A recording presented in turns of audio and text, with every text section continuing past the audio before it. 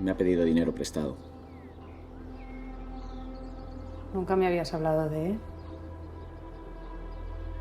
Le perdí la pista. El coleguita del pueblo y su señora esposa. Es la oportunidad de nuestra vida. De la tuya. Me controlo y como me juzguen voy a ir a la yugular. Bueno, no te preocupes porque ellos son muy educados.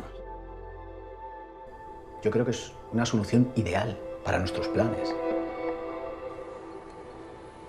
Vámonos unos días de aquí.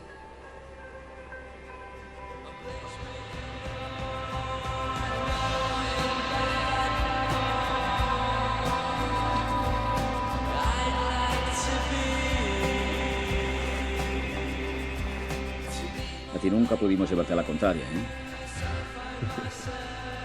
Lo que pasa es que tú no quieres decir que no.